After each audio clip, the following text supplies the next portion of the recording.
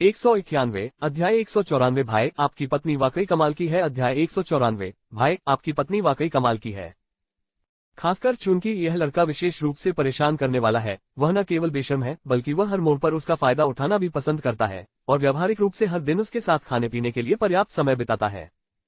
सबसे अधिक क्रोधित करने वाली बात यह है कि जब भी वह किसी संकट का सामना करती है तो वह संकट के गुजर जाने के बाद ही सामने आता है, जिससे वह काफी क्रोधित व्यक्ति बन जाता है।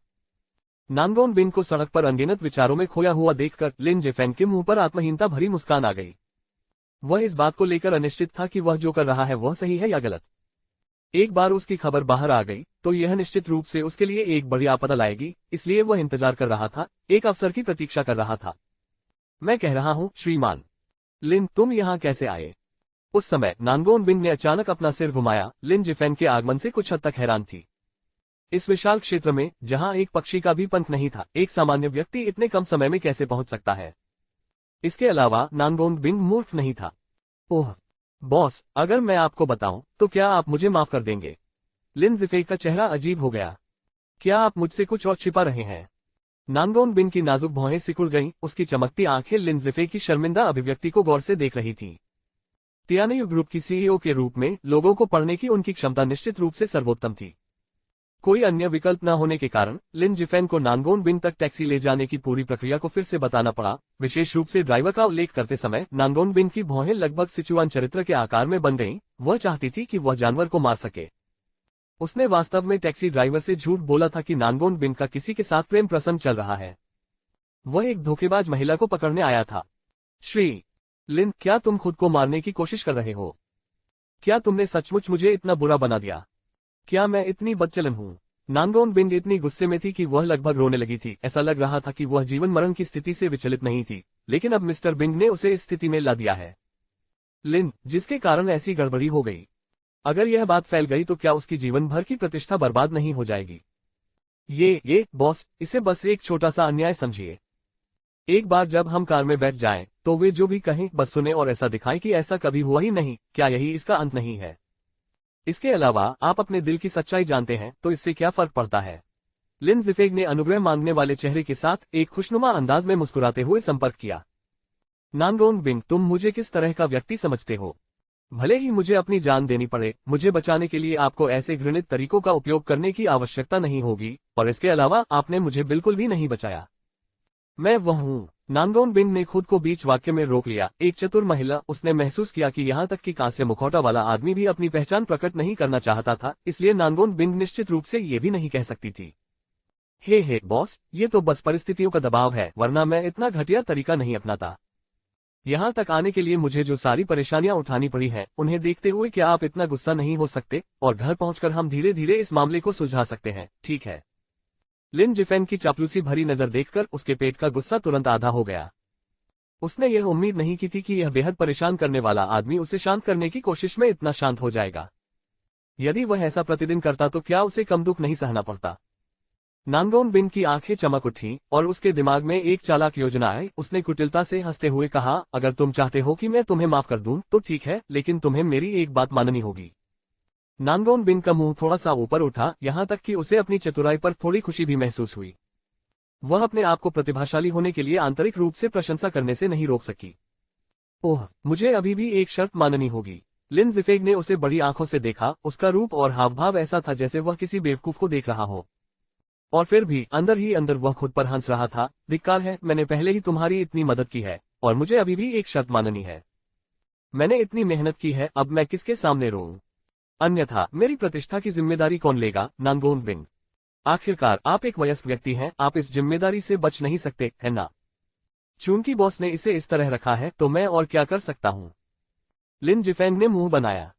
उनकी अभिव्यक्ति जितनी खट्टी हो सकती थी। अच्छा, याद रखो, तुम खुद इसके लिए सहमत हो, बाद में बेरहम होने के लिए मुझे दोष मत दो। नानगोन बिन का चेहरा थोड़ा उदास था, लेकिन लिन जिफेंग खुद से कड़वाहट से बुदबुदा रहा था। मैं बकवास करने के लिए सहमत नहीं था। आप मुझे इसके लिए मजबूर कर रहे हैं, मेरे पास क्या विकल्प है? तो यह क्या है? दोनों साथ साथ जंगल से बाहर चले गए, जबकि अधेड़ उम्र का ड्राइवर मूर्खतापूर्ण और हताश होकर इंतजार करता रहा। अब से तुम्हें मुझे अपनी पत्नी कहने की अनुमति नहीं है, और तुम्हें हमारे संबंधों का सार्वजनिक रूप से उल्लेख करने की बिल्कुल भी अनुमति नहीं है, समझे? ओह, क्या ये थोड़ा ज्यादा नहीं है? क्या तुम भूल गए हो कि तुमने अभी क्या वादा किया था? नानगोन बिन ने अपनी आकर्षक आंखों से उसे एक तरफ देखा।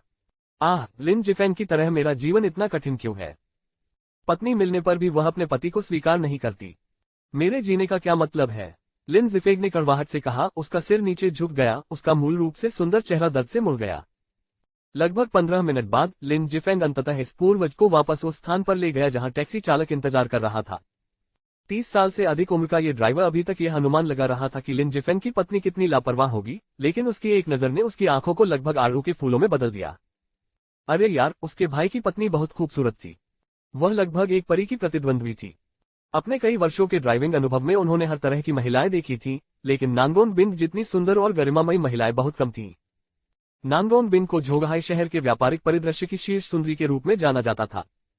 कोई भी पुरुष प्राणी जिसमें थोड़ी भी मर्दानगी हो उसकी सुंदरता से मोहित हो जाएगा, जिसमें शीतलता और कुलीनता का मिश्रण था। हालांकि अछूत होने के बावजूद यह एक अवर्णनीय प्रभाव छोड़ती थी। एक क्षण में ड्राइवर अचंभित रह गया, विशेषकर अपनी 30 वर्ष की आयु में ऐसी अद्भुत सुंदरता को देखकर ऐसा लगा जैसे वह केवल इसी क्षण के लिए जी रहा हो। मास्टर, मेरी पत्नी वापस आ गई है। लिन जिफेंग एक प्रसन्न मुस्कान के साथ आगे बढ़े, ड्राइवर को एक सिगरेट दी और खुद भी एक सिगरेट अपने मुंह में डाल ली। उनके चेहरे पर उत्साह था, लेकिन ड्राइवर को इसमें कुछ गड़बड़ लग रही थी। लिन जिफेंग के प्रति उनके मन में केवल प्रशंसा थी। वे तो उस जमीन की पूजा करते थे जिस पर वे चलते थे। भगवान के लिए, आपकी पत्नी आपको धोखा दे रही है और आप पति के रूप में अभी भी उत्साहित हैं। सचमुच आपका हृदय विशाल है। नानगोन बिन के गाल क्रोध से थोड़े हिल गए क्योंकि उसने जल्दी से अपने छोटे हाथ से लिन जिफेंग की कमर को चुटकी काटी, जिससे वह दर्द से चिल्ला उठा। क्या उनके बीच कोई अच्छा समझौता नहीं हुआ था? अब वह अपना सुर क्यों बदल रही थी? महिलाएं सचमुच चंचल प्राणी हैं। भाई, आपकी पत्नी सचमुच बहुत सुंदर है, सचमुच अद्भुत है। मध्यम आयु वर्ग के ड्राइवर ने जीभ चटकाकर प्रशंसा की और उसकी दो काली आंखें नानगोन बिन के शरीर पर घूमती रहीं। ओह गुरुजी, क्या अब हम जा सकते हैं? ड्राइवर को उत्साहित देखकर लिन जिफेंग ने उसके कंधे पर थपथपाकर संकेत दिया कि गाड़ी चलाने का समय हो गया है। कोई बात नहीं, अंदर आ जाओ। मध्यम आयु वर्ग का ड्राइवर आंतरिक रूप से बहुत खुश था। वह खुद को भाग्यशाली महसूस कर रहा था कि उसे इतनी खूबसूरत महिला को ड्राइव करने का मौका मिला। यह एक ऐसा आशीर्वाद था जिसे उसने अपने जीवन में विकसित किया था। इस बार उसे गाड़ी चलाने का मौका मिलने के बाद कौन जानता था कि उसे फिर कभी मौका मिलेगा या नहीं। अब ड्राइवर उस आक्रोश को पूरी तरह से भूल चुका था जो उसने वहां जाते समय महसूस किया था। पीछे देखने वाले दर्पण से उसकी छोटी कामुक आंखें नानगोन बिन पर टिकी रहीं। लेकिन हर बार जब वह नानगोन बिन की आंखों में देखता तो प्रतिक्रिया कुछ और नहीं बल्कि तिरस्कारपूर्ण गर्व होता। 192 अध्याय 195 लू जियांग अब एक वास्तविक व्यक्ति नहीं है। अध्याय 195 यह अब एक सच्चा खुलासा नहीं है। टैक्सी चालक को किसी भी विषय को उठाने से रोकने के लिए लिन जिफेंग ने सवारी के दौरान लगभग हर चीज के बारे में बात की, उम्मीद करते हुए कि वह नानगोन बिन के संबंध के बारे में नहीं पूछेगा। अन्यथा यदि यह बोधिसत्व अंततः शांत हो गया तो ये कहना मुश्किल है कि आगे किस प्रकार का विस्फोट होगा। लेकिन उसकी सारी सोची समझी योजना के बावजूद जैसे ही लिन जिफेंग और नानगोन बिन पैसे देने के लिए कार से बाहर निकले, उस डरपोक ने लिन जिफेंग की तरफ धूर्तता से मुस्कुराते हुए कहा, भाई, इन पैसों को मेरी सहानुभूति समझो, मुझे इसकी जरूरत नहीं है। इतना कहकर उसने बेशर्मी से नानगोन बिन की तरफ अपना सिर घुमाया और हंसते हुए कहा, तुम्हारा पति तुम्हारे साथ वाकई बहुत अच्छा व्यवहार करता है ना? क्या बाहर जाकर धोखा देने की जरूरत है? लिन जिफेंग के माथे पर एक के बाद एक काली रेखाएं तुरंत बन गईं। नानगोन बिन पहले तो चौंकी, फिर उसका गुस्सा भड़क उठा, उसकी छाती गुस्से से धड़कने लगी। लेकिन लिन जिफेंग ने तुरंत प्रतिक्रिया व्यक्त की, गंजे ड्राइवर की ओर इशारा करते हुए चिल्लाया, क्या ये किस तरह की बात है? किसने धोखा दिया? स्पष्ट रूप से बोलो। गंजे ड्राइवर ने बिना कुछ कहे केवल हंसते हुए लिन जिफेंग को, आप जानते हैं कि मैं क्या कहना चाहता हूं, वाली नजर से देखा और फिर एक बड़ी मुस्कान के साथ गाड़ी चला दी। नानगोन बिन के क्रोधित चेहरे को देखने के लिए पीछे मुड़ते हुए लिन जिफेंग का दिल बैठ गया। अब ये खत्म हो गया था, सचमुच खत्म। फिर भी वह अंत तक इस कृत्य में लगे रहे। जाते हुए गंजे ड्राइवर की ओर इशारा करते हुए जोर से गाली देते हुए बोले, धिक्कार है। अगर आप में हिम्मत है तो मत छोड़ो। कौन इस तरह से लोगों से बात करता है और उनका अपमान करता है? जाने से पहले वापस आकर सारी बातें स्पष्ट कर लेने की शालीनता रखो। लिन जिफेंग। नानगोन बिन क्रोध से लगभग सफेद उंगलियों वाली थी। उसका ठंडा प्यारा चेहरा लगभग क्रोध से चमक रहा था। यदि उस समय उसके हाथों में धनुष और तीर होता तो लिन जिफेंग संभवतः छेदों से भरा होता। जब दोनों देर रात होटल लौटे तो नानगोन बिन पूरी रात जागती रही, ये समझने में असमर्थ रही कि सुन जिलियांग को कैसे पता चला कि वह यानजिंग में है। और अब जबकि सुन जिलियांग की हत्या कांस्य मुखौटे वाले व्यक्ति ने कर दी है तो क्या पुलिस कुछ पता लगा पाएगी? बहुत सोचने के बाद नानगोन बिंग अधिक से अधिक भयभीत हो गई और हताश होकर उसके पास सलाह के लिए लिन जिफेंग से संपर्क करने के अलावा कोई विकल्प नहीं बचा। आखिरकार यांजिंग में वह एकमात्र आदमी था जिस पर वह भरोसा कर सकती थी। लेकिन जिस समस्या पर उसने पूरी रात विचार किया था उसका उत्तर लिन जिफेंग के होठों तक पहुंचते ही स्पष्ट और सीधे तौर पर मिल गया। प्रोजेक्ट के बारे में भूल जाओ, चलो जल्दी से वापस चले। वापस जाओ? तो फिर परियोजना के बारे में क्या? क्या इसका मतलब यह नहीं होगा कि हम अपनी भविष्य की विकास रणनीति किसी और को सौंप रहे हैं? नानगोन बिंग का सुंदर शरीर थोड़ा कांप उठा। उसे लगा कि लिन जिफेंग के शब्दों में कोई तर्क नहीं था। वह व्यक्तिगत रूप से आई थी तो वह इतनी महत्वपूर्ण परियोजना को कैसे छोड़ सकती थी? इसके अलावा कंपनी विकास के चरण में थी और बड़ी तस्वीर को ध्यान में रखा जाना चाहिए। क्या आपको यांजिंग विशेष रूप से शांत और शांतिपूर्ण लगता है, सीईओ?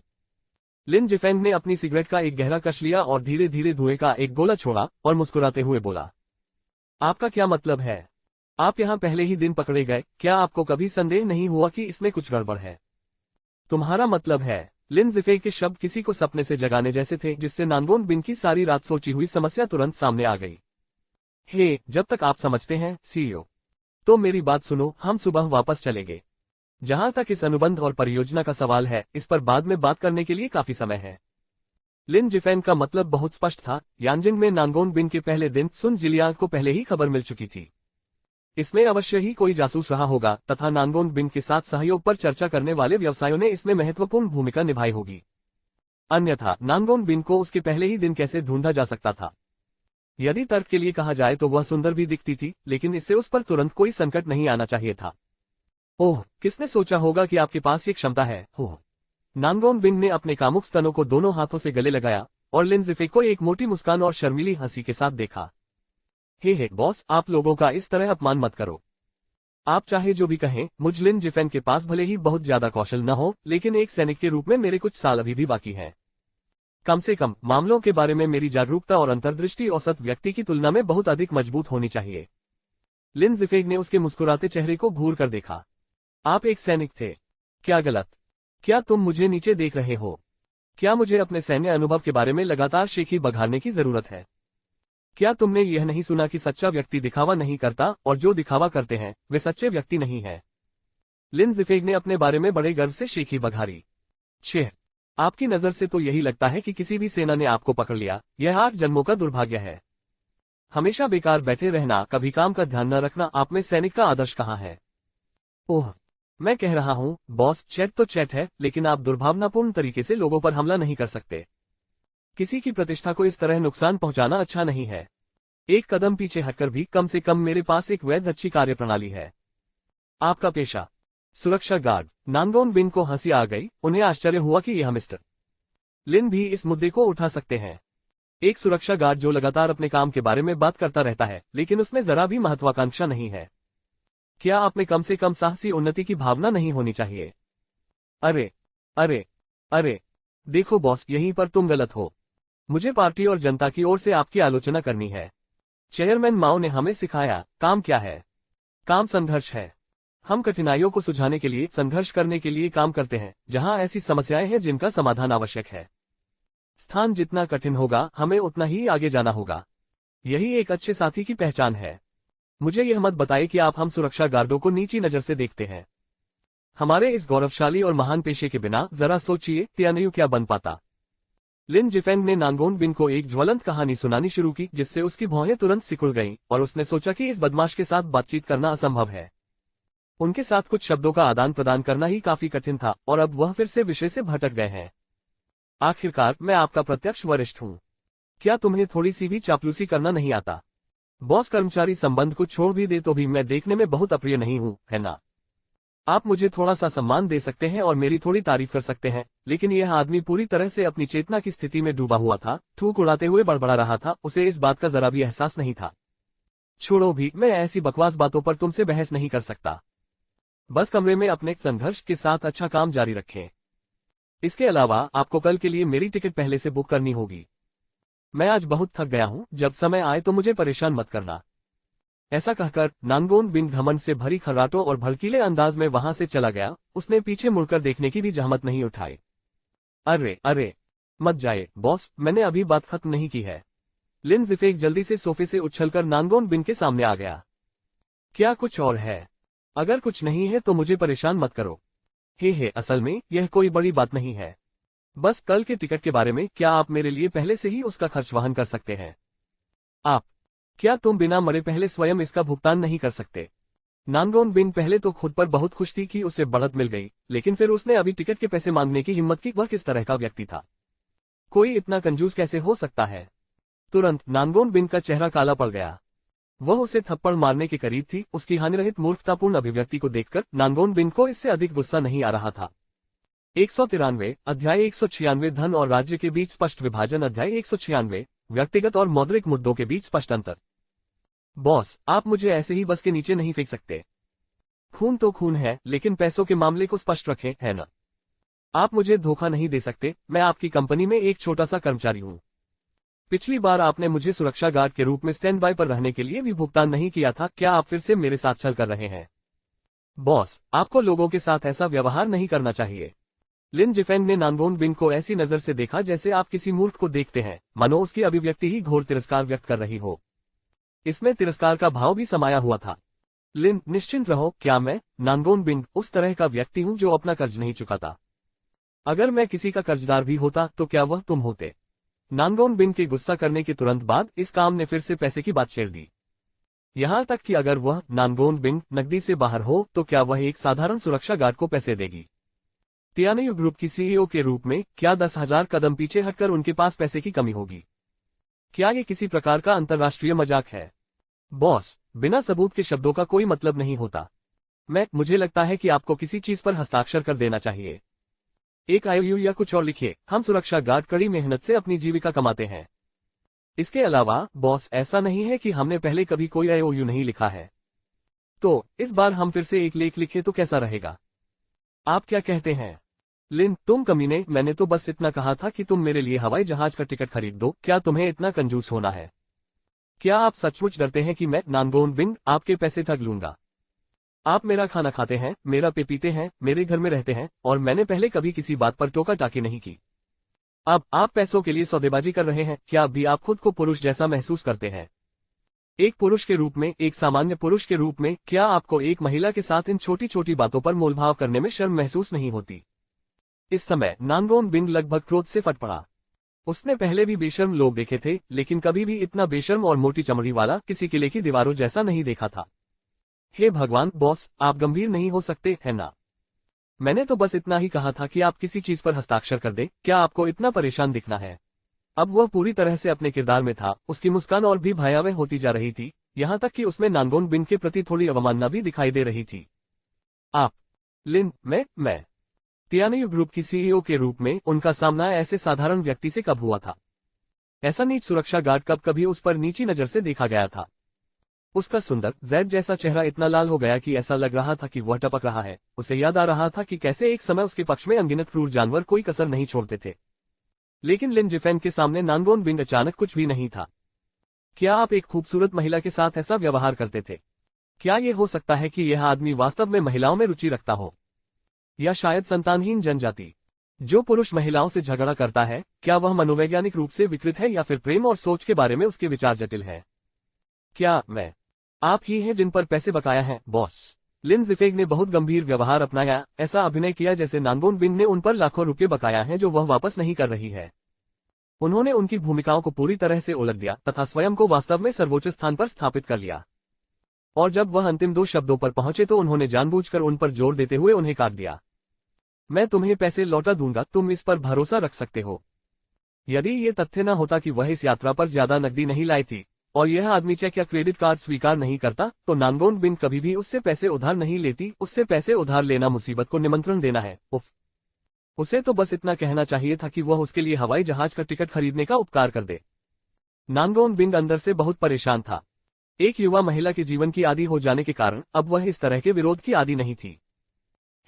असल में बॉस, आपको इतना गुस्सा होने की जरूरत नहीं है। पैसे उधार देते समय नोट पर हस्ताक्षर करना पूरी तरह से सामान्य बात है ना?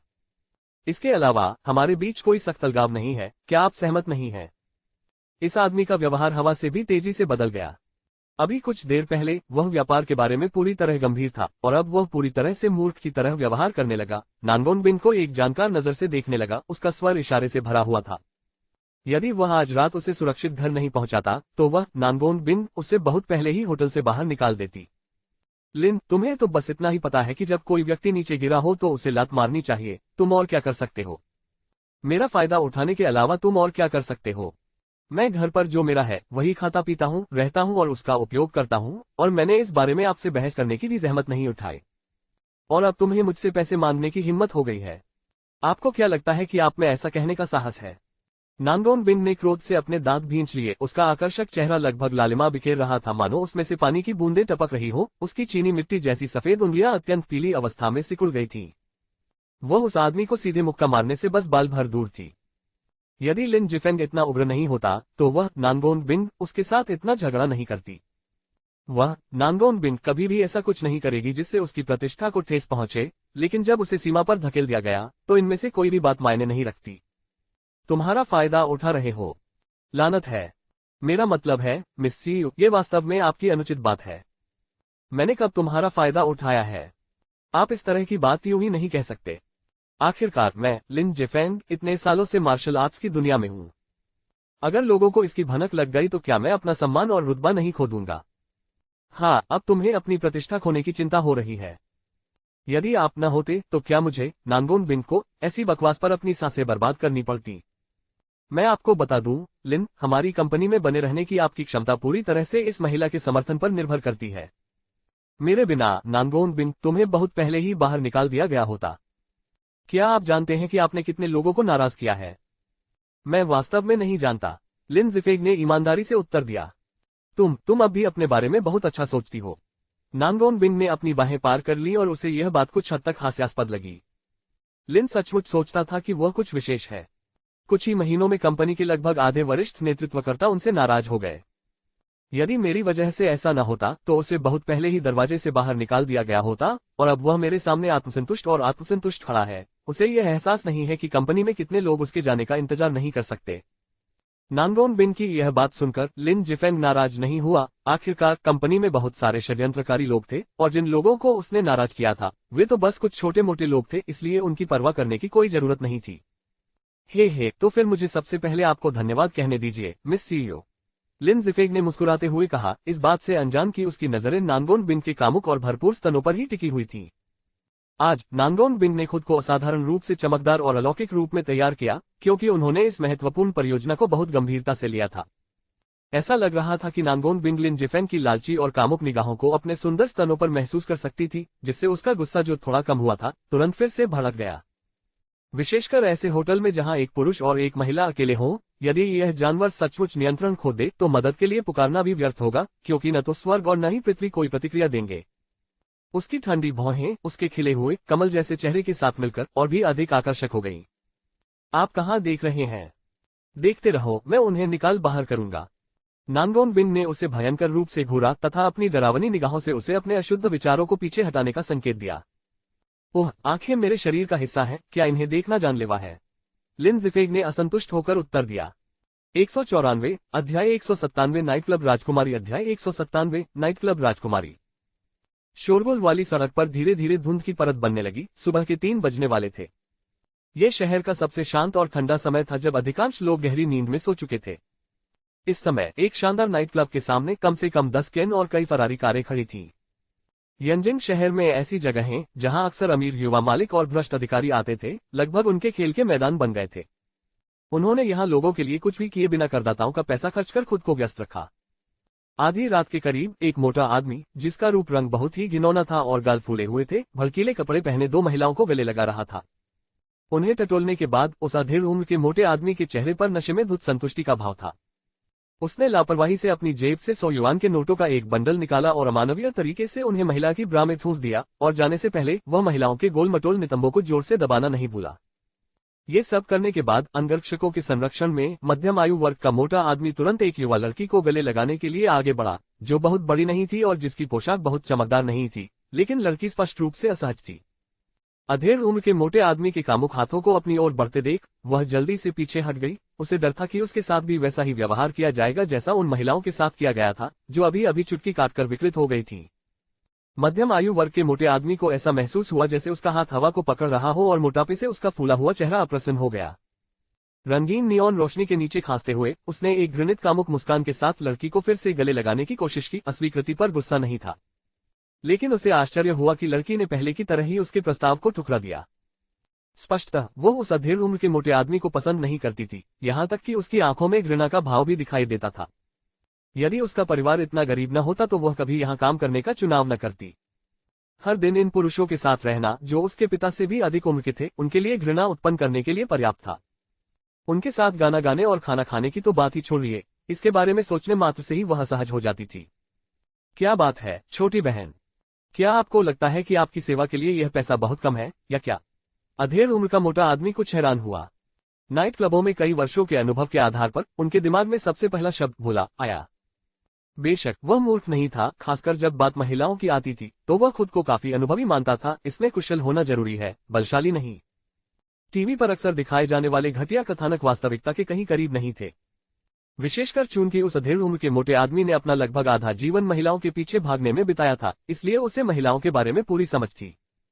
उनकी रणनीति धैर्य रखना, दूसरे पक्ष को धीरे धीरे मनाना, धन से और सबसे महत्वपूर्ण रूप से छल से उसे जीतना था। उन्हें विश्वास नहीं हो रहा था कि महिलाएं पैसे के प्रलोभन का विरोध कर सकती हैं। मुझे मत बताओ कि अगर मैं तुम्हारे चेहरे पर हजारों थप्पड़ मार दूं तो भी तुम नहीं हिलोगे। ये उस मध्यम आयु वर्ग के मोटे आदमी की अंतर्दृष्टि थी जिसने अपना अधिकांश जीवन जी लिया था। मैं नाइट क्लब में सिर्फ एक रूम होस्टेस हूँ, कोई किराए की लड़की नहीं।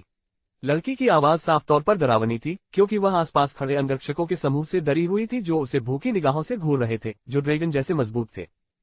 उसे मोटे आदमी की पहचान के बारे में भी अच्छा अनुमान था। यदि वह उसे नाराज करती तो उसका भविष्य दुखमय हो जाता, इसलिए अब उसने अपनी भावनाओं को व्यक्त करने की पूरी कोशिश की तथा उस अधेड़ उम्र के मोटे आदमी की सहानुभूति पाने की उम्मीद की। हे तुम किस बात से डर रहे हो? चाचा तुम्हें नहीं खाएंगे। मैं बस तुम्हें बाहर खाना खिलाने ले जाना चाहता हूं ताकि हम एक दूसरे को थोड़ा जान सकें। निश्चिंत रहें, मैं आपकी सेवा शुल्क में कोई कमी नहीं करूंगा। वास्तव में मैं भविष्य में आपकी सभी सेवाओं का ध्यान रखूंगा। मैं आपके बॉस से बात करूंगा, उन्होंने कहा। मध्यम आयु वर्ग के मोटे आदमी ने अपनी उपस्थिति से लड़की को धोखा देने की उम्मीद में एक नीची और अश्लील मुस्कान लाने की पूरी कोशिश की, लेकिन उसे निराशा हुई। लड़की ने जवाब देने से पहले कई बार हिचकिचाहट दिखाई। मैं नाइट क्लब में सिर्फ एक रूम होस्टेस हूँ, गाने के अनुरोध पे डालने और फल परोसने के लिए जिम्मेदार हूँ। मुझे डर है कि मैं नहीं कर सकती। मैं व्यक्तिगत सेवाएं देने के लिए उपयुक्त नहीं हूँ। जैसे ही उसने कहा, लड़की का सिर धीरे धीरे नीचे झुक गया और उसके छोटे गुलाबी हाथ भी घबराहट से एक दूसरे को पकड़ रहे थे, जबकि उसकी आंखें पानी की तरह साफ ऊंची एड़ी के जूते को घूर रही थी जो उसने आज पहली बार पहने थे। मध्यम आयु का मोटा आदमी, जो पहले तो बहुत उत्साहित था, अचानक कुछ अस्वाभाविक सा लगने लगा। उस शाम उसने जितनी शराब पी थी, उसका फायदा उठाते हुए उसने अपने हाथ में लिए बड़े सिगार को जोर से खींचा, फिर लड़की के डरावने पीले सुंदर चेहरे की ओर धुआं आया। तुरंत ही एक असहज खांसी के कारण लड़की का गला बहुत अधिक दुखने लगा।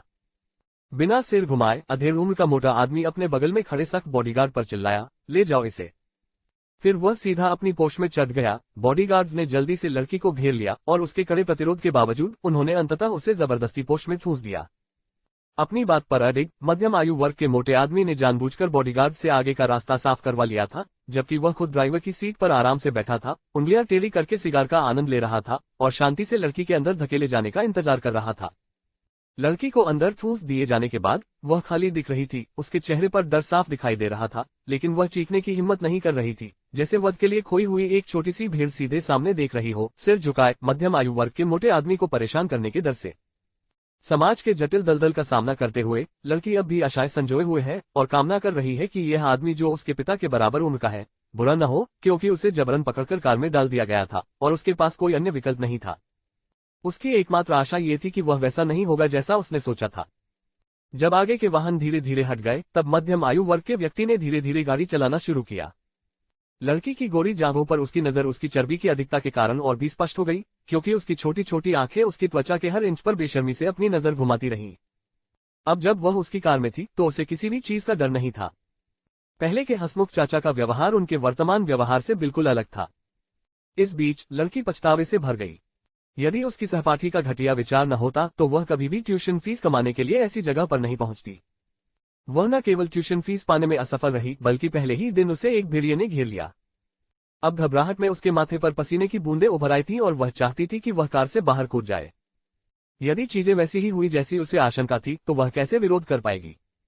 उस समय लड़की की भावनाएं उस पर रेंगती हुई 10,000 चींटियों की तरह थीं, जो ईश्वरीय मदद के लिए प्रार्थना कर रही थी, उम्मीद कर रही थी कि शायद वह उस रात भेड़िए के हमले से बच जाएगी। लेकिन दुख की बात है कि जब मध्यम आयु वर्ग के मोटे आदमी की सुअर के पैर जैसी हथेली उसकी गोरी जांघों तक पहुंची, तो लड़की के दिल में अचानक विस्फोट हुआ। एक क्षण में वह पूरी तरह से स्तब्ध हो गई। 195 अध्याय 198 बिना कारण पीटा गया। अध्याय 198 बिना कारण समझे पीटा गया। यहां तक कि उसके माथे के बाल भी ऐसे लग रहे थे जैसे कि वे फट जाएंगे। दुर्भाग्यवश ऐसा लग रहा था कि जिस इच्छा के लिए उसने प्रार्थना की थी वह पूरी नहीं होगी। जैसे ही लड़की ने अधेड़ उम्र के आदमी का कामुक हाथ हटाने के बारे में सोचा, उसने पाया कि उसका हाथ अपने आप ही पीछे हट गया था। उसकी रीढ़ में एक सिहरन दौड़ गई। क्या उसने उसे इतनी जल्दी छू लिया था? क्या ऐसा हो सकता है कि वह बल प्रयोग करने जा रहा था? उसे क्या पता था कि इस क्षण एक दृढ़ और मजबूत कलाई उसे दुख के सागर से बाहर निकलने में गुप्त रूप से मदद कर रही थी। अधेड़ उम्र के मोटे आदमी के दिल में गर्माहट महसूस हुई। उसने उसकी जान को छुआ था और उसे आश्चर्य हुआ जब वह अपनी इच्छा से उसकी कमर तक पहुंच गई। ये सुनिश्चित करने के लिए कि कार सुचारू रूप से चल रही है, मध्यम आयु वर्ग के व्यक्ति ने जांच करने के लिए अपना सिर नहीं झुकाया। आखिरकार कार में वे केवल दो ही थे। यदि वह नहीं तो और कौन हो सकता है? वासना से अभिभूत मध्यम आयु वर्ग के मोटे आदमी ने उस रात किसी भी तरह से लड़की को पाने की ठान ली थी। इतना बढ़िया सामान मिलना मुश्किल था। उसके चेहरे को देखकर, जो लगभग भ्रष्टता से विकृत हो गया था, लड़की का पेट मरोड़ उठा और उसे उल्टी करने की एक स्पष्ट इच्छा भी महसूस हुई, विशेष रूप से उससे आने वाली सिगरेट और शराब की तेज गंध के कारण, जिसने अनायास ही लड़की की नाजुक भौहों को सिकोड़ दिया। अचानक मध्यम आयु वर्ग के व्यक्ति का शरीर दर्द से ऐंठ गया, उसका मुंह लगभग मुड़ गया और उसने सड़क के किनारे पोश कार रोक दी। एक कामुक मुस्कान के साथ अपना सिर घुमाते हुए उसने कहा, छोटी सुंदरी, मैं पहले नहीं बता सकता था, लेकिन किसने सोचा था कि तुम इतनी उत्सुक हो सकती हो? अपने पेट में गर्म सनसनी महसूस करते हुए मोटा आदमी अब खुद को रोक नहीं सका। ऐसी मासूम सी सुंदरी को पाना इतना दुर्लभ अवसर था कि उसे पाना लगभग असंभव था। वह खुद को दशकों से झोंगाई की फूलों की दुनिया के तौर तरीकों का अनुभवी मानता था, फिर भी शायद ही कभी उसने इस तरह की छोटी सुंदरता का सामना किया था। इस प्रकार उसके दिमाग में छोटे छोटे विचार घूमने लगे। जब मोटे आदमी ने अपना हाथ बढ़ाया तो लड़की की भावनाएं भय में बदलने लगीं। वह चकमा देती और टालती हुई नजर आई, उसकी आंखें घृणा से भर गईं और उसका मूल रूप से नाजुक चेहरा डर के कारण बैंगनी हो गया। उसके चेहरे पर घबराहट सी दिखने लगी। क्या गलत? आप पहले भी इतने खुले थे, क्या अब आप फिर से मासूम बनने लगे हैं?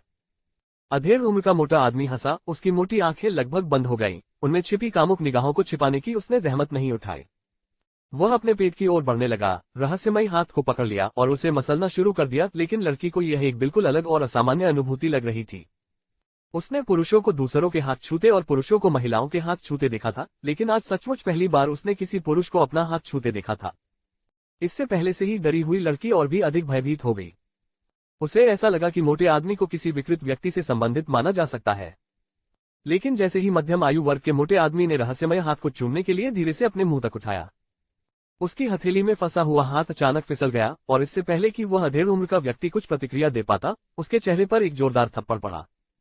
मध्यम आयु वर्ग का मोटा आदमी पूरी तरह से हक्का बक्का रह गया, लेकिन लिन जिफेंग की हथेली आगे पीछे हिलना बंद नहीं हुई।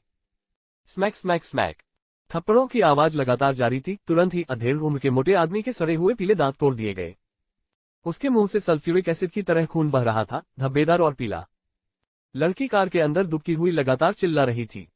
यदि दरवाजा अंदर से बंद न होता तो वह पहले ही इतनी डर गई होती कि बाहर भाग जाती। जब लड़की ने रहस्यमय हाथ के मालिक को देखा तो उसका दिल, जो अभी थोड़ा शांत हुआ था, एक बार फिर बेचैन हो गया, क्योंकि उसने एक ऐसा दृश्य देखा जिसे वह जीवन भर नहीं भूलेगी।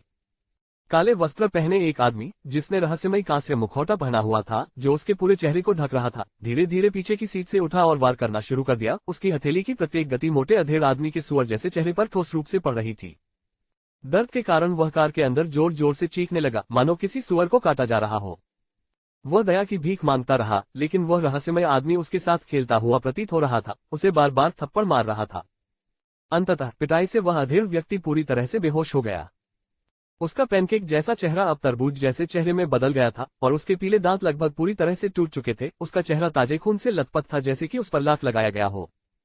यहाँ तक कि उसकी चेतना भी धुंधली होने लगी। ये सब देखकर लड़की को अंदर ही अंदर संतुष्टि का गहरा एहसास हुआ। हालांकि वह बाहरी तौर पर विनम्र दिख रही थी, फिर भी उसके मन में उस आदमी के लिए गहरा तिरस्कार था जो सुअर के सिर जैसा दिखता था। जैसे ही लिन जिफेंग ने उदासीनता से थप्पड़ मारा, लड़की ने डर के मारे कुछ साहस जुटाया और कार के अंदर मंद रोशनी के माध्यम से लिन जिफेंग पर कुछ नजरें डाली। उस समय लिन जिफेंग का मुंह ऊपर की ओर झुका हुआ था, उसकी अभिव्यक्ति उदासीन और ठंडी थी। बाईं ओर एक थप्पड़ और दाईं ओर एक थप्पड़ मारते हुए वह तब तक वार करता रहा जब तक कि अधेड़ उम्र का व्यक्ति बुरी तरह चिल्लाने नहीं लगा। लेकिन प्रत्येक प्रहार के साथ वह व्यक्ति पीड़ा से चीखता रहा। अभी तक वह इतना नहीं मारा गया था कि उसके जीवन के सभी लक्षण नष्ट हो गए हों। ऐसा लग रहा था कि इस रहस्यमय आदमी की ताकत आम लोगों से अलग होगी, वरना इस तरह से पीटने पर तो अब तक उसे मार ही डाला होता। कार के अंदर खून फैल गया, दांत टूटकर गिर गए और अधेड़ उम्र के व्यक्ति को अब रोने का मन हो रहा था। भले ही उसने कोई गंभीर अपराध किया हो, भाई मारने से पहले कम से कम बात तो कर लो ताकि मैं पिटाई के लिए खुद को तैयार कर सकूं, उसने सोचा। लेकिन लिन जिफेंग के अचानक हमले से उसकी आंखें लगभग घूम गईं और मामले को बदतर बनाने के लिए यह इतना निराशाजनक और अस्पष्ट था कि उसे ये भी पता नहीं था कि उसे क्यों मारा जा रहा था। और अपने जीवन के दशकों में उसे कभी भी इतनी बेरहमी से नहीं पीटा गया था।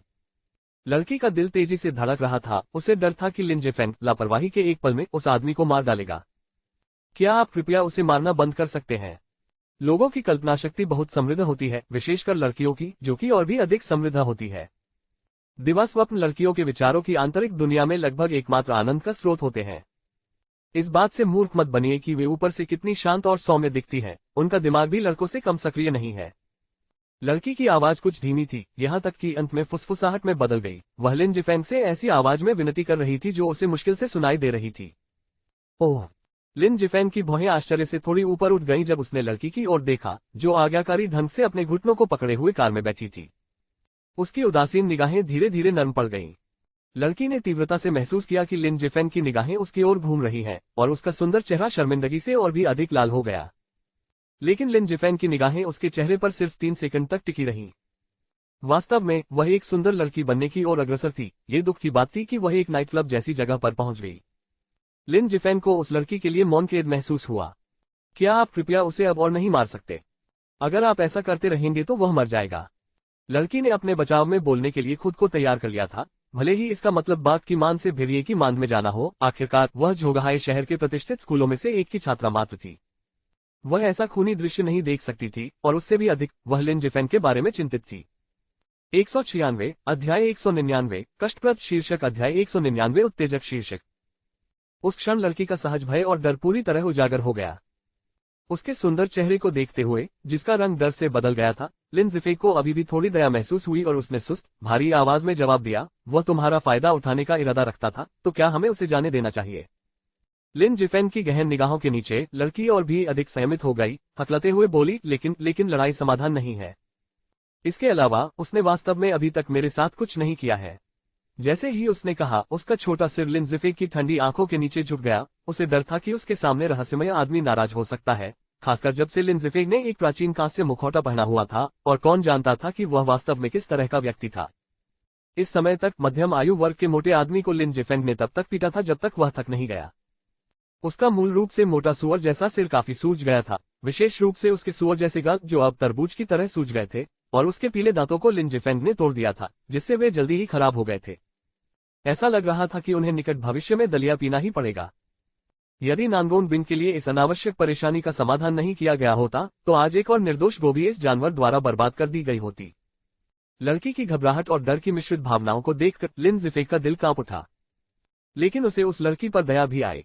इतनी कम उम्र में नाइट क्लब में काम करना वास्तव में उसके सुंदर चेहरे और उसके उज्जवल भविष्य की बर्बादी थी। यद्यपि वह युवा दिखती थी, लेकिन कोई भी यह कह सकता था कि उसे अवश्य ही कठिनाइयों का सामना करना पड़ा होगा। बेशक लिन जिफेंग ने स्वयं को इतना संत नहीं माना था कि वह दयालुता के ऐसे कार्य कर सके, लेकिन उससे मिलना शायद भाग्य ही था। उसने अपना मुंह खोला, उसकी अभिव्यक्ति उदासीन और आवाज सुस्त और भारी थी। तो आप उसे सबक सिखाए बिना जाने देंगे? लिन जिफेंग के उदासीन, प्रभावशाली कांस्य मुखौटे को देखते हुए मुखौटे के नीचे के रहस्य के साथ लड़की ने अपना सिर फिर से नीचे करने से पहले केवल लिन जिफेंग की ओर एक क्षण के लिए देखा। मुश्किल से सुनाई देने वाली और भावनाओं से भरी आवाज में उसने बुदबुदाया, मुझे नहीं पता, लेकिन मुझे उम्मीद है कि आप उसे मारना बंद कर देंगे। अगर आप ऐसा ही करते रहे तो आप उसे मार भी सकते हैं। हे कितना दिलचस्प बच्चा है।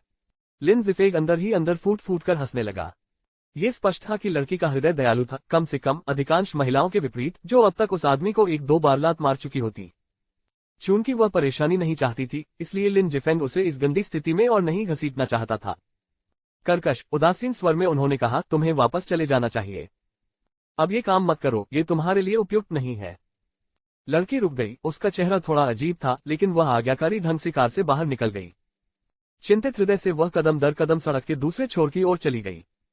सुबह के लगभग 3 बजे लड़की को लगा कि उसके साथ कुछ गलत हुआ है, क्योंकि काम के पहले दिन ही उसके बेईमान सहपाठियों ने उसे धोखे से यहां आने के लिए मजबूर कर दिया था, और उसे ये भी महसूस हुआ कि लिन जिफेंग ने गलती से सोचा था कि वह उस तरह की महिला है, जिससे उसका थोड़ा सा भी गर्व खत्म हो गया। अगर वह अब समझा सकती तो लड़की निश्चित रूप से बिना किसी हिचकिचाहट के लिन जिफेंग को सब कुछ स्पष्ट करने का साहस जुटा लेती। लेकिन दूसरी बार सोचने पर ऐसा लगा कि उसका उससे कोई संबंध ही नहीं है ना? वह तो क्षणिक मुलाकात का दावा भी नहीं कर सकती थी, तो फिर वह कैसे समझा सकती थी? जैसे ही लड़की की आकृति धीरे धीरे गायब हो गई, लिन जिफेंग ने एक सिगरेट जलाई और आराम से कार में बैठकर धुएं की सांसें लेने लगा।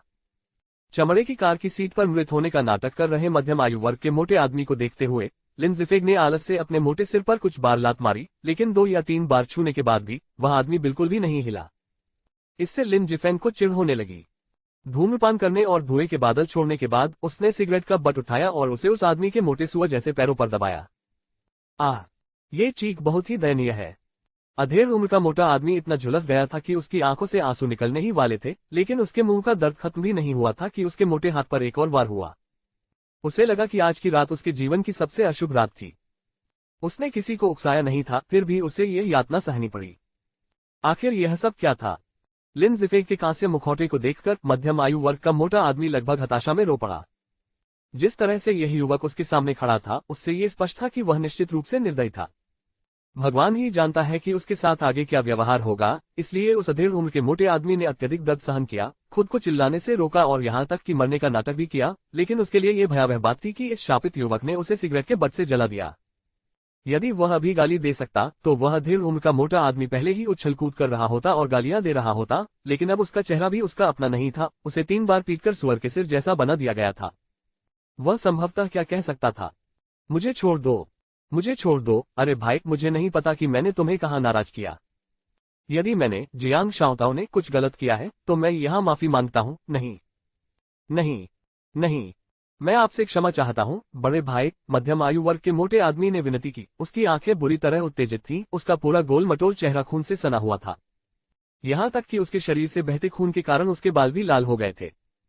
मध्यम आयु वर्ग का मोटा आदमी, जिसका नाम जियांग शाओताओ था, उन व्यापारिक साझेदारों में से एक था जिसे नानगोन बिंग एक परियोजना पर चर्चा करने के लिए यांजिन शहर लाया था। वह यांजिन शहर में त्यानियु समूह के विस्तार के लिए एक महत्वपूर्ण भावी साझेदार था। यांजिन की इस यात्रा के दौरान नानगोन बिंग का पता सिर्फ 1 दिन के भीतर ही चल गया। वहां अवश्य ही कोई जासूस था, इसलिए लिन जिफेंग ने नानगोन बिंग के रात में सोते समय उसका विवरण जानने का अवसर लिया। आखिरकार आज रात सुन जिलियांग की हत्या निश्चित रूप से कोई साधारण हत्या नहीं थी। यदि बाद में चीजों को अच्छी तरह से नहीं संभाला गया तो नानगोन बिंग को निस्संदेह भविष्य में अप्रत्याशित कठिनाइयों का सामना करना पड़ेगा। लिन जिफेंग ने जो भी काम किया उसमें कभी भी कोई संभावित खतरा नहीं छोड़ा, खासकर तब जब वह उनके करीबी लोगों से जुड़ा हो। क्या तुम जानते हो कि मैं तुम्हें क्यों ढूंढ रहा हूँ? लिन जिफेंग अभी भी जियांग शाओताओ को उदासीनता से देख रहा था। उसकी आंखों में असीम आत्मविश्वास झलक रहा था, मानो उसने जियांग शाओताओ के दिल में छिपे सभी रहस्यों को देख लिया हो।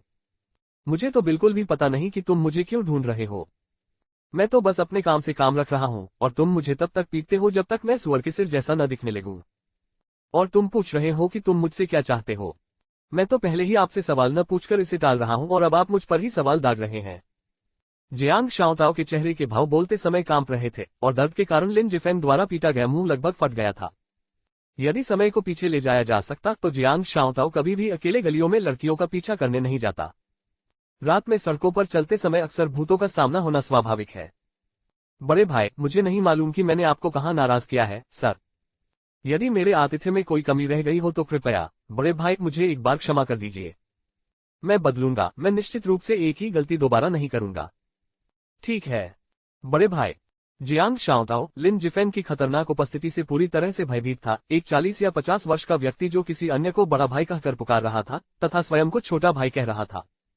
आयु निर्धारण में इतना तीव्र परिवर्तन तो बहुत तीव्र था, है न? लिन जिफेंग ने स्वयं नहीं सोचा था कि वह उस कुख्यात मुश्किल स्तर तक पहुंच गया है। वह इसे स्वीकार नहीं कर सका।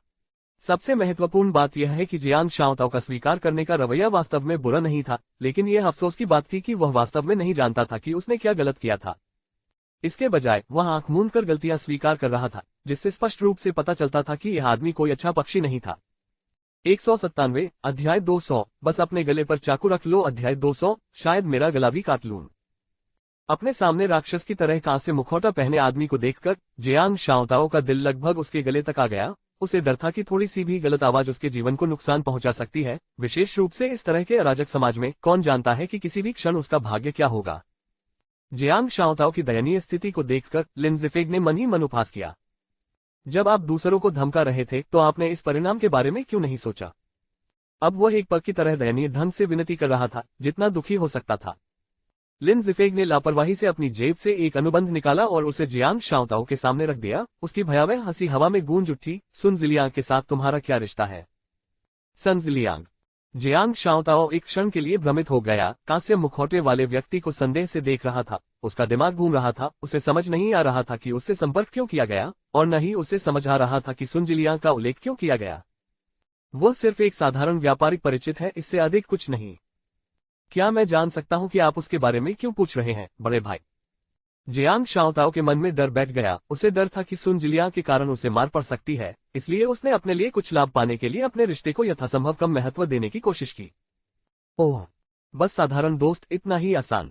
लिन जिफेंग ने भौहें चढ़ाई। उनकी निगाहें जियांग शाओताओ के दिल में चुभ गईं। तुम्हें तियानियो ग्रुप के नानगोन बिन को जानना चाहिए, है ना?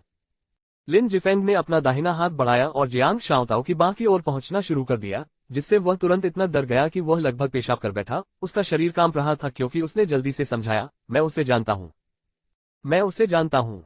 वह मेरी साझेदारों में से एक है, तियानियो ग्रुप की सर्वोच्च निदेशक है। तो फिर तुम्हें उसका वर्तमान ठिकाना पता होना चाहिए। लिन जिफेंग ने उसे घूरते हुए आधा मुस्कुराया, खासकर जब उसकी पकड़ जियांग शाओताओ की बाह पर कस गई। उसका मोटा शरीर एक शक्तिशाली लोहे की प्लेट से कुचला हुआ प्रतीत हुआ। अपनी आत्मा की गहराई से उठे भय के कारण जियांग शाओताओ की पैंट लगभग गीली हो गई। अभी अभी लिन जिफेंग ने उसके चेहरे पर बार बार थप्पड़ मारे थे और चोटें अभी भी बनी हुई थी। उसने इस बोधिसत्व को अपमानित करने की हिम्मत नहीं की। बड़े भाई, यदि आप तियानियो समूह के नानगोन बिन का ठिकाना जानना चाहते हैं तो मैं आपको कभी भी बता सकता हूं। मैंने सुना है कि यह नानगोन बिन झोगहाई शहर के व्यापारिक समुदाय में भी नंबर 1 सौंदर्य है। अगर आपको ये प्रकार पसंद है भाई, तो मैं आपकी मदद कर सकता हूं, बशर्ते आपको कोई आपत्ति न हो।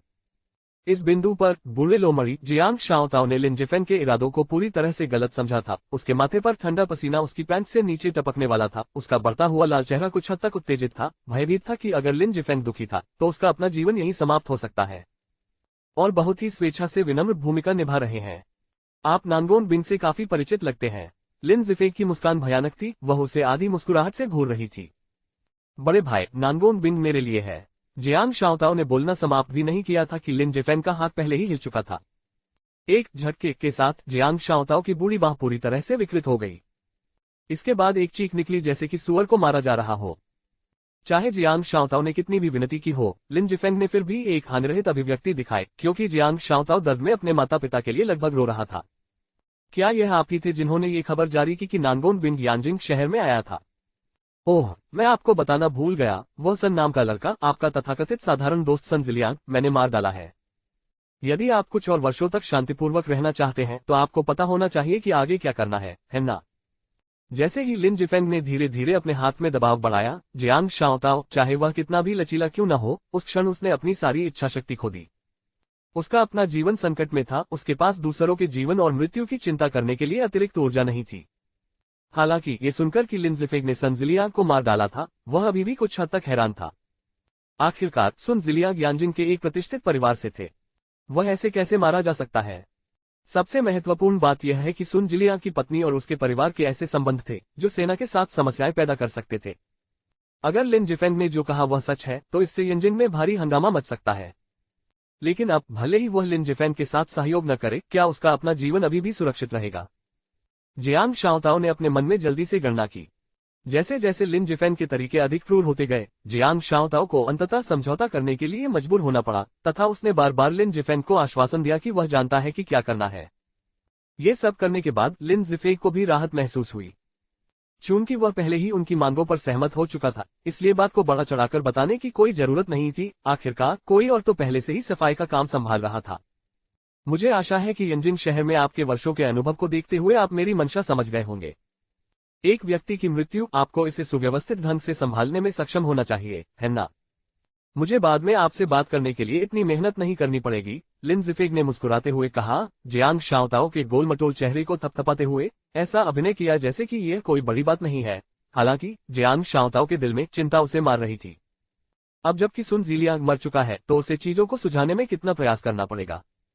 एक गलत कदम और उसका अंत सचमुच अच्छा नहीं होगा। लेकिन अब जब लोग अनजाने में ही उन्हें निशाना बना रहे हैं तो उनमें पीछे हटने या जवाबी कार्रवाई करने का साहस कहाँ था। बिल्कुल बिल्कुल, चिंता मत करो भाई, मैं इस स्थिति को तुम्हारे लिए अच्छी तरह से संभाल लूंगा। जियांग शाओताओ का चेहरा भूतिया पीला पड़ गया। वह अपने सूजे हुए चेहरे पर एक दयालु मुस्कान निकालने की पूरी कोशिश कर रहा था, जो एक भाप से पके हुए रोटी की तरह लग रहा था। यह नहीं जानता था कि वह मरने जैसा महसूस कर रहा था। अपने हाथ को देखते हुए जिसे लिन जिफेंग ने तोड़ दिया था, जियांग शाओताओ पीड़ा में था। उसे एक ऐसे दर्द का अनुभव हो रहा था जो उसने अपने जीवन में पहले कभी नहीं झेला था। ये दुखद, क्रोधित करने वाली स्थिति उसके साथ घटित हो रही थी, वह भयभीत क्यों न हो।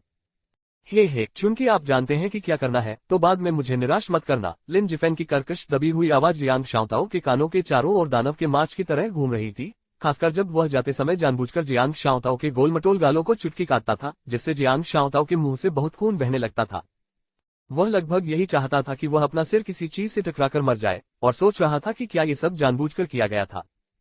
लिन जिफेंग के चले जाने के बाद जियांग शाओताओ पूरी तरह से हक्का बक्का रह गया। जब अंगरक्षकों के एक समूह ने अपनी कारों को चलाते हुए उसे पाया तो उस बूढ़े व्यक्ति का चेहरा पहले से ही कागज की तरह सफेद हो चुका था। उसका पूरा चेहरा तरबूज के छिलके की तरह सूजा हुआ था। सबसे मजेदार बात यह थी कि पूरे साल सिगार पीने के कारण उसके पीले दांत टूट गए थे, जिससे उसका मुंह खाली हो गया था और उसकी एक भुजा पूरी तरह विकृत हो गई थी। बड़े पेट के साथ वह एक गर्भवती महिला की तरह लग रही थी जो बच्चे को जन्म देने वाली थी। जब जियांग शाओताओ को होश आया तो वह दर्द से चिल्लाया और गुस्से में अंगरक्षकों को बेकार कहकर कोसने लगा। वे कुत्ते पालने से कम उपयोगी थे। उसके सूजे हुए चेहरे को छूते ही जियांग शाओताओ को रोने का मन हुआ। जिंदगी ऐसी थी कि वह चाकू लेकर अपना गला काट सकता था। 198 अध्याय 201 विश्वासघाती व्यवहार अध्याय 201 कमजोर होने का व्यवहार। नानगोन बिंग एक पल भी अधिक नहीं रुका और लिन जिफेंग के सुझाव के अनुसार दोनों ने अपना सामान पैक किया और 2 दिन बाद जल्दी से झोंगहाए शहर लौट आए। इन 2 दिनों के दौरान पूरे ड्रैगन सिटी में भारी परिवर्तन हुए। यदि नानगोन बिंग और लिन जिफेंग तेजी से भाग नहीं जाते तो यह अनुमान लगाया गया था कि उन दोनों को ड्रैगन सिटी छोड़ने में कठिनाई होती। सन जिलियांग की मौत से पूरे ड्रैगन सिटी में भारी हंगामा मच गया था। ऐसा कहा जाता है कि सुन जिलियांग की पत्नी एक बूढ़े जनरल की बेटी थी। सुन जिलियांग और उसके बेटे की मौत ने इस अत्यंत दृढ़ इच्छाशक्ति वाली महिला को लगभग पागल बना दिया था, क्योंकि वह किसी भी कीमत पर हत्यारे को ढूंढने के लिए दृढ़ थी। दुर्भाग्य से जांच के दौरान जियांग शाओताओ न केवल उसकी मदद करने में विफल रहा बल्कि प्रगति में भी बाधा उत्पन्न की, जिससे मामले में गतिरोध पैदा हो गया। इसके अलावा जियांग शाओताओ को कई बलि के बकरे भी मिल गए। ड्रैगन सिटी में जियांग शाओताओ हवा और बारिश को लगभग नियंत्रित कर सकता था और उदार रिश्वत के साथ उसने वास्तव में कई संबंध बनाए। लेकिन इसके साथ ही उन्होंने कई बड़े व्यापारियों को नाराज भी किया और अपनी जान की कीमत पर उन्होंने पूरी ताकत झोंक दी। कौन स्वयं को जानता है, एक गलती जिसने कांस्य मुखौटे वाले व्यक्ति को परेशान कर दिया उसके लिए फिर से मुसीबत ला सकती थी। कुछ दिन पहले लगी चोटों को याद करते हुए जियांग शाओताओ निश्चित रूप से ऐसा दर्द दोबारा नहीं सहना चाहता था। सुबह सुबह जब नानगोन बिंग ने देश का नवीनतम अखबार उठाया तो उसका सुंदर नाजुक चेहरा कुछ भावुक लग रहा था। अखबार में काले और सफेद रंग में लिखी गई हेडलाइन में स्पष्ट रूप से चौंकाने वाली खबर दी गई थी कि ड्रैगन सिटी में 2 पीढ़ियों से सन परिवार के संभावित उत्तराधिकारियों की एक साथ हत्या कर दी गई थी। इस खबर ने पूरे ड्रैगन सिटी में सनसनी फैला दी, यहां तक कि नानगोन बिंग को भी झटका लगा। उसने यह उम्मीद नहीं की थी कि कांस्य मुखौटा वाला आदमी पिता और पुत्र दोनों को मार देगा। उसने शुरू में सोचा था कि कांस्य मुखौटे वाला आदमी केवल सुन तियानयान को मामूली सजा देने वाला था, लेकिन ऐसा प्रतीत हुआ कि उसने उन दोनों को ही खत्म कर दिया था। बॉस, आप इतनी जल्दी उठ गए। ऊपर से अभी अभी जागे लिन जिफेंग ने नानगोन बिंग को एक अजीब से भाव के साथ पाया, जो लेखन डेस्क के सामने बैठा था, सुबह के अखबार में तल्लीन था और ध्यानमग्न था। नानगोन बिंग ने उसे बिना किसी अच्छे हास्य के एक सफेद नजर से देखा, फिर शांति से अपने हाथों में सुबह के अखबार को देखना जारी रखा। लिन जिफेंग को पूरी तरह से अनदेखा कर दिया, जैसे कि वह पतली हवा थी। ऐसा लग रहा था कि वह अभी भी लिन जिफेंग से नाराज थी। हालांकि अंदर ही अंदर नानगोन बिंग को अभी भी उनका धन्यवाद करना था। यदि उसे पहले से चेतावनी न दी गई होती तो नानगोन बिंग सचमुच बहुत भयभीत हो जाता। अन्यथा सुन जिलियांग की मौत निश्चित रूप से इस मामले में शामिल होती। दोनों चुपचाप खड़े होकर प्रसन्नतापूर्वक नाश्ते का आनंद ले रहे थे। अब विशाल विला में केवल वे दोनों ही थे। हुआ बुकी और नानगोन शुई दोनों 2 दिन पहले चले गए थे और उन दोनों के बीच के रिश्ते को बेहतर बनाने के लिए नांगोन शुई, वह बूढ़ा आदमी, वास्तव में विचित्र था। उसने वास्तव में विला में सभी फिलिपिनो नौकरानियों को नौकरी से निकाल दिया था और यहाँ तक कि नांगोन बिन के गैराज से सभी स्पोर्ट्स कारें भी ले ली थी ताकि उनके बीच के रिश्ते में कुछ बदलाव लाया जा सके। जितना अधिक वह ऐसा करता उतना ही अधिक नांगोन बिन लिन जिफेन से घृणा करने लगता। लिन जिफेन को भी यह काफी कष्टप्रद लगा। यदि वह भविष्य में चुपके से नांगोन बिन की स्पोर्ट्स कारों को चलाना चाहता था तो वास्तव में ऐसा नहीं होने वाला था। अब गैराज में लैम्बोर्गिनी के अलावा साइकिल भी एक विलासिता बन गई थी। बूढ़ा आदमी बहुत कठोर था। क्या वह इन सदियों पुरानी युक्तियों से बेहतर कुछ नहीं सोच सकता था? अपने सामने लिन जिफेन को आराम से सिगरेट पीते हुए देखकर नांगोन बिन को बेवजह गुस्सा आया। यदि उसकी उपस्थिति न होती तो क्या उसे इतनी दयनीय स्थिति में रहना पड़ता? शिक्सी। यदि वह ऐसा न करता तो क्या उसे सचमुच इतनी कठिन परिस्थिति में रहना पड़ता? लेकिन उसे कैसे पता चलता कि लिन जिफेन के अस्तित्व के बिना वह बार बार मरती रहती? अब विला के अंदर बैठकर कॉफी की चुस्कियां लेना और स्वादिष्ट नाश्ता करना तो और भी दिलचस्प हो गया है। अरे क्या तुम बाद में फ्री हो? नांगोन बिन ने शायद ही कभी लिन जिफेन से बात करने की पहल की। क्या चल रहा है? लिन जिफेन आराम से सिगरेट पी रहे थे, पैर क्रॉस करके चुपचाप अकेले एक नाटकीय टीवी शो देख रहे थे। लेकिन वास्तव में इन दिनों नाटकीय शो काफी भावुक कर देने वाले होते हैं, विशेषकर वे दृश्य जिनमें दो भाई जापानियों के विरुद्ध प्रतिरोध में लड़ते हैं। वे चित्र, वह कथानक वास्तव में लिन जिफेन के लिए कुछ अकथनीय अतीत को उजागर कर देते हैं। हाँ, क्या मजाक! क्या कोई व्यक्ति इस महिला के साथ आराम से टहलने नहीं जा सकता जब उसके पास करने के लिए और कुछ न हो? और ये देखते हुए कि मैं इस स्तर की सुंदरी हूँ, मेरे साथ रहना एक ऐसा आशीर्वाद है जिसे आपने जीवन भर अर्जित किया है। यदि अन्य लोग भी मेरे साथ चलने को तैयार हो तो भी उन्हें इस महिला के मूड का इंतजार करना होगा। नांगोन बिन ने अपनी गर्दन झुकाई, यह महसूस करते हुए कि यह जानवर किसी प्रकार की विसंगति है, यहाँ तक कि एक ऐसी घृणित विसंगति जिसका कोई स्वाद नहीं है। आज दोपहर मेरे साथ खरीदारी के लिए ट्रेडिंग बिल्डिंग चलो और वैसे मेरे कुली का काम भी करो, नांगोन बिन ने कहा। वह इतनी आलसी थी कि अपना सिर भी नहीं उठा पा रही थी। उसका रवैया बहुत ऊंचा था और उसके स्वर में अहंकार की असहनीय हवा थी, मानो उसका कुली कहलाना एक अविश्वसनीय रूप से प्रभावशाली बात थी। यदि यह अतीत का लिन जिफेन होता तो वह स्पष्ट रूप से मना कर देता, लेकिन अब उसका लक्ष्य पूरी तरह से नांगोन बिन था। कितना दुखद मामला है। इसके बारे में सोचते ही लिन जिफेन को लगा कि दुनिया बहुत नीरस है, इसलिए उसे अपने गले पर चाकू रख लेना चाहिए। नहीं जा रहा, लिन जिफेन ने आगे कहा। टीवी पर हास्यपूर्ण दृश्य देखते हुए वह पूरी तरह से मुस्कुरा रहा था। नांगोन बिन के शब्दों को ऐसे समझ रहा था जैसे वे हवा के बुलबुले हों। नांगोन बिन, जो सुबह का अखबार पढ़ने में तल्लीन थी, ने अपनी भौहें उठाई और उसका चेहरा थोड़ा खट्टा हो गया। उसकी आंखों में ठंडी रोशनी की चमक थी। उसने ठंडे स्वर में पूछा, क्या आज दोपहर को तुम्हारे पास करने के लिए कुछ महत्वपूर्ण काम नहीं है? नहीं। लिन जिफेंग अभी भी वही पुरानी थी। उसकी आंखें चमक रही थी और वह टीवी को घूर रहा था। नांगोन बिन को पूरी तरह से अनदेखा कर रहा था, मानो वह मौजूद ही न हो। श्री लिन, मैं तुम्हें सिर्फ टीवी देखने, चाय पीने और धूम्रपान करने के लिए पैसे नहीं दे रहा हूँ। एक कर्मचारी के रूप में तुम्हें अपना पूरा मूल्य प्रदर्शित करना चाहिए, यह मत भूलना। मैं आपकी तत्काल वरिष्ठ अधिकारी हूँ। आपको हर चीज में मेरे आदेशों का पालन करना होगा, जिसमें आपका वर्तमान समय भी शामिल है, उन्होंने दृढ़तापूर्वक कहा। नांगोन बिन का स्वर आक्रामक था, जो एक उग्र कार्यालय व्यक्तित्व का लगातार छलकता हुआ रूप प्रदर्शित कर रहा था। बिल्कुल एक सख्त व्यवसाय महिला की तरह जो अपना निर्णय ले रही हो। ऐसा लग रहा था कि अगर लिन जिफेंग ने उसका पालन नहीं किया तो उसे अगले ही पल नरक के 18वें स्तर में फेंक दिया जाएगा। अरे चलो भी बॉस, आप इतने अत्याचारी तो नहीं हो सकते, है ना? आप पूरी तरह से पुराने सामंती विचारों को प्रकट कर रहे हैं। भले ही मैं, लिन जिफेंग, अब त्यान्यू समूह का हिस्सा हूँ, मेरी आत्मा अभी भी मेरी है। यदि आप मेरा सारा समय उपयोग करना चाहें तो भी आप मेरी आध्यात्मिक स्वतंत्र इच्छा को नहीं बदल सकते। दुनिया में आपके जैसा बॉस कहाँ है? हम कर्मचारियों को अपनी कुछ स्वतंत्रता होनी चाहिए। हम 24/7 उपलब्ध नहीं रह सकते, यह अवैज्ञानिक है, आप जानते हैं। उसका बेहद परेशान करने वाला चेहरा और कठोर बातें देखकर नांगोन बिन को अपनी ऊंची एड़ी उठाकर उसके मुंह पर मारने की इच्छा हुई। केवल अत्यंत धैर्य से ही वह स्वयं को शांत कर सकी, अपनी आवाज को नर्म कर सकी और हल्की सी मुस्कुराहट के साथ दांत पीसते हुए पूछ सकी, तो फिर श्रीमान लिन, हमें अपनी उपस्थिति से सम्मानित करने के लिए आपको क्या करना होगा? 199 अध्याय 202 हाई प्रोफाइल मसाज। अध्याय 202 हाई प्रोफाइल मसाज। अरे बाप रे, यह महिला बहुत जल्दी बदल जाती है। वह एक क्षण पहले किसी शेरनी की तरह खूंखार थी जो किसी को निगलने वाली हो, और अब वह मुझसे इस लहजे में बात कर रही है। ये भयावह है। अरे बॉस, शायद आपको अपना रवैया थोड़ा समायोजित करना चाहिए। मैं वास्तव में इससे निपट नहीं सकता, इसलिए कृपया मुझे और अधिक डांटे ताकि मैं हर जगह असहज महसूस न करूं। लिन जिफेन को अपने पूरे शरीर में रोंगटे खड़े होने जैसा महसूस हुआ। इस महिला के साथ क्या सौदा हुआ था? क्या उसने इलाज छोड़ दिया था? अगर नानगोन बिन को लिन जिफेंग के दिमाग में चल रहे विचारों का पता होता तो वह उसे बहुत पहले ही थप्पड़ मार चुकी होती। हालांकि उसने मन ही मन सोचा कि यह आदमी सचमुच मर्दवादी था। जब वह उग्र होती थी तो उसे लगता था कि उसके साथ तालमेल बिठाना मुश्किल है। जब वह उसके साथ अच्छा व्यवहार करती तो वह हौंफने लगता और सोचता कि वह असामान्य है। वह किस प्रकार का तर्क और दृष्टिकोण था? क्या ऐसा हो सकता है कि सभी पुरुष इस तरह से पुरुषवादी हो कि वे चाहते हो कि दूसरे उनके प्रति थोड़ा कठोर रहें? समय तेजी से बीत गया। घर पर कुछ भी करने को नहीं था और थोड़ी बहुत हंसी मजाक वाली बहस के बीच जल्द ही दोपहर हो गई। नानगोन बिन की लैम्बोर्गिनी स्पोर्ट्स कार के नवीनतम मॉडल में बैठना अद्भुत अनुभव था। ये बहुत बुरी बात थी कि उसकी सीमित संस्करण वाली सुपरकार बूढ़े आदमी नानगोन ने छीन ली थी। अन्यथा झोंगहाई शहर जैसी जगह में, जहां अमीर लोग कुत्तों की तरह आम थे, यह एक बहुत ही आकर्षक घटना होती। एक बार जब उन्होंने कार पार्क कर दी तो नानगोन बिन ऐसे थे जैसे कोई ग्रामीण इलाके से आए किसी अनजान व्यक्ति को ले जा रहा हो और रास्ते में तरह तरह के सवाल पूछ रहा हो।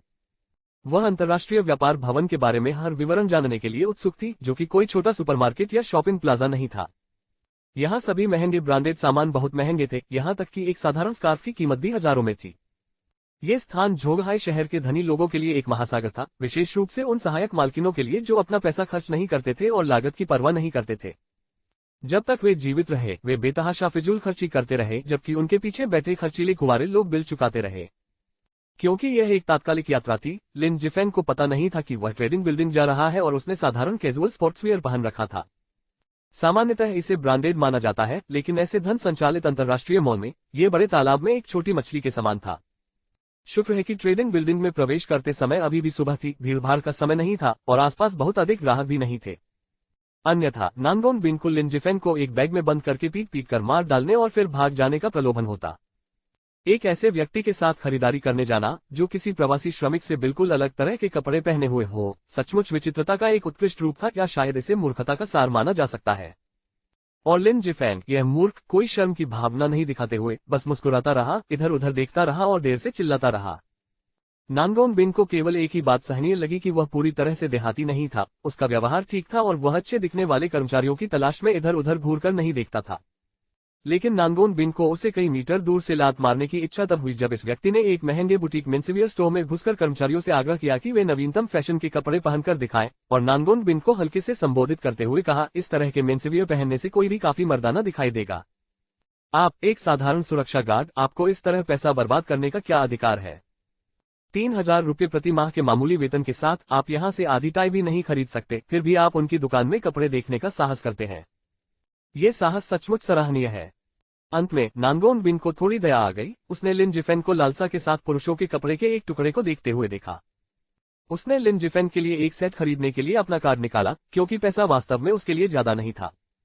लेकिन कौन जानता था कि वह उसे ऐसे देखेगा जैसे उसने कोई यूएफओ देख लिया हो, और उसे पता भी नहीं था कि वह क्या कर रही है। यद्यपि पुरुषों के कपड़े अच्छे थे, उनमें उत्तम कारीगरी और सम्मानजनक ब्रांड प्रतिष्ठा थी, फिर भी लिन जिफेंग को इसमें कोई रुचि नहीं थी, विशेष रूप से कीमत के नजरिए से। यदि स्टोर क्लर्क ने कुछ अंश भी कम कर दिया तो भी उसे वह उचित नहीं लगेगा। लेकिन कौन जानता था कि आज नानगोन बिन किसी अजीब सनक में उसके लिए ये कार्ड खरीदने जा रही थी। इसकी ले क्या थी? चूंकि वह पहले ही अपना कार्ड स्वाइप कर चुकी थी, इसलिए अब उसकी आलोचना करना कुछ हद तक दुस्साहपूर्ण लग रहा था। उन्होंने चुपचाप उपहार को विनम्रतापूर्वक स्वीकार करने का निर्णय लिया। उस समय काफी अच्छे दिखने वाले स्टोर क्लर्क ने लिन जिफेंग की ओर देखा, जो बिल्कुल जर्जर दिख रहा था, आश्चर्य से देखा और उसे कपड़े सौंप दिए, अपनी मुस्कान को पेशेवर बनाए रखने की कोशिश करते हुए। फिर भी लिन जिफेंग उसकी आंखों में आश्चर्य की झलक देख सकता था। आखिरकार उस पोशाक की कीमत 89,000 युआन थी, जो एक औसत व्यक्ति के लिए खरीदने लायक नहीं थी। लेकिन ये सब बहुत अजीब लगा। कल्पना कीजिए, एक गंवार निकम्मा आदमी जिसके पीछे एक बेहद खूबसूरत महिला है, बिना पलक झपकाए एक आदमी के लिए हजारों रुपए के कपड़े खरीद रही है। वो सब किसके बारे में था? यह मुंह पर एक तमाचा था जो भिक्षावृत्ति की किसी भी धारणा के विपरीत था। कपड़े प्राप्त करने के बाद नानगोन बिन मुस्कुराते हुए आत्मविश्वास से ट्रेडिंग बिल्डिंग के अंदर महिलाओं के अनुभाग की ओर चली गई। एक सुखद अनुभूति स्वाभाविक रूप से उभर रही थी। लटके हुए लिन जिफेंग ने कुछ अवाक होकर उसकी सुंदर आकृति को देखा। क्या ये किसी प्रकार का बदला था? क्या यह अपने आप को सही साबित करने का एक जटिल तरीका था? हालांकि नानगोन बिन ने लिन जिफेंग की मोटी चमड़ी को थोड़ा कम करके आंका था। अपना सिर ऊंचा करके वह क्लर्क की ओर देखकर हंसा, मेरी बहन। लेकिन जब वह चला गया तो क्लर्क ने उसे तिरस्कारपूर्ण ढंग से टीएस कहा, मानो कह रहा हो कि तुम्हें रखा तो रखा ही जा रहा है, फिर ऐसा झूठ क्यों बोला जाए जो 3 साल के बच्चे को बेवकूफ बना सके। इसके अलावा इस युग में एक पुरुष जो वास्तव में एक महिला के पस से लटका रहता है उसे काफी शक्तिशाली माना जाता है। कम से कम वह कुछ काम का तो होता है, जबकि कुछ पुरुष किसी काम के नहीं होते, यहाँ तक कि उनके पुर्जे खरीदने लायक भी नहीं होते। नानगोन बिन के पीछे चलना और उसके उत्कृष्ट शरीर की प्रशंसा करना वास्तव में आनंददायक था। हालांकि लिन ज़िफेंग को उसका अहंकार बहुत परेशान करने वाला लगा। आखिरकार ये तो बस एक कपड़े का टुकड़ा था। क्या इससे उसे सचमुच अच्छा महसूस हुआ? क्या उसे खुश रहने के लिए सचमुच उसे शर्मिंदा होते देखना जरूरी था? बेशक नानगोन बिन की सुंदरता और आचरण ने पुरुषों का बहुत ध्यान आकर्षित किया। इस भौतिकवादी शॉपिंग सेंटर में लगभग हर धनी पुरुष को एक प्रतिष्ठित महिला के साथ जोड़ा जाना सुरुचिपूर्ण माना जा सकता है। लेकिन जिस बात से वे मन ही मन घृणा करते थे वही ये थी कि लिन ज़िफेंग एक दरिद्र गंवार की तरह उसके पीछे पीछे घूमता था, जो विशेष रूप से घृणित लगता था। और फिर भी जितना अधिक वे उसे नीची नजर से देखते उतना ही अधिक लिन ज़िफेंग को विजयी महसूस होता। वह जल्दी से नानगोन बिन के पास गया, खुद को प्रसन्नतापूर्वक पेश किया और हंसते हुए बोला, मैडम आप थक गई होंगी, मुझे तुम्हें रगड़ने दो। इसके साथ ही उसका हाथ नानगोन बिन की स्वीकृति की प्रतीक्षा किए बिना बिल्कुल स्वाभाविक रूप से उसके कंधे की ओर बढ़ गया। जैसे ही नानगोन बिन मना करने वाली थी, वह इस बात से इनकार नहीं कर सकी कि लिन ज़िफेंग की मालिश तकनीक काफी प्रभावी थी, जिससे उसे तुरंत अविश्वसनीय रूप से राहत और आराम महसूस हुआ। इस दृश्य को देखकर उन लोगों के मुंह से खून निकलने लगा जिन्होंने बेशर्मी तो देखी थी, लेकिन इस हद तक बेशर्मी कभी नहीं देखी थी। 200 अध्याय 203 फैशन विशेषज्ञ अध्याय 203 फैशन विशेषज्ञ। ट्रेडिंग बिल्डिंग में जहां विभिन्न उच्च समाज के अभिजात वर्ग इकट्ठा होते हैं, ये पुरुषों के लिए सुंदरियों की तलाश करने के लिए प्रमुख स्थानों में से एक है। लेकिन नानगोन बिन का आकर्षण निस्संदेह इमारत के सबसे आश्चर्यजनक आकर्षणों में से एक बन गया। रास्ते में कौन जानता है कि पतलून पहने कितने जानवर आकर्षित हुए थे, लेकिन एकमात्र चीज जिसने इन जानवरों को बेकाबू होकर चिल्लाया वही ये थी कि लिन ज़िफेंग इस बेशर्म स्कैलियन ने वास्तव में हस्तक्षेप किया।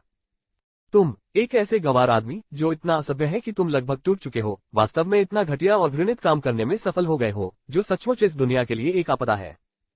और जानवरों के बीच इस मुख्य अपराधी के चेहरे पर एक उत्तेजक भाव था। वह अपने आसपास के अमीर युवा मालिकों को अपनी मध्यमा उंगली से दिखा रहा था, ऐसा अभिनय कर रहा था जैसे वह मार खाने के लिए ही पैदा हुआ हो। खासकर तब जब ये जानवर खिलखिलाकर हंसने लगा और नानगोन बिन के पास आकर उससे मालिश करने के लिए कहने लगा। यह आदमी खुशामद कर रहा था या मौका पाकर छूना चाहता था, ये तो कोई भी अनुमान लगा सकता था। लेकिन आसपास के नर जानवर केवल एक ही बात पर सहमत हो सके कि लिन ज़िफेंग उन्हें स्पष्ट रूप से उकसा रहा था। आह आह, ये बहुत अच्छा लगता है। हालांकि उनके आश्चर्य का ठिकाना न रहा जब लिन ज़िफेंग की कुशल उंगलियों के नीचे नानगोन बिन आराम की जगह पर बैठी कोमलता से कराह रही थी, ऐसी कराहें निकाल रही थी कि उन घटिया आदमियों की पैंट गीली हो जाती, लगभग उत्तेजना के इंजेक्शन की तरह। नानगोन बिन को बार बार यह कहते हुए सुनकर कि यह कितना आरामदायक था, लिन ज़िफेंग ने और भी अधिक तीव्रता से अपनी गतिविधियों में हेरफेर किया और जल्द ही नानगोन बिन लगभग आराम से चिल्लाने लगा।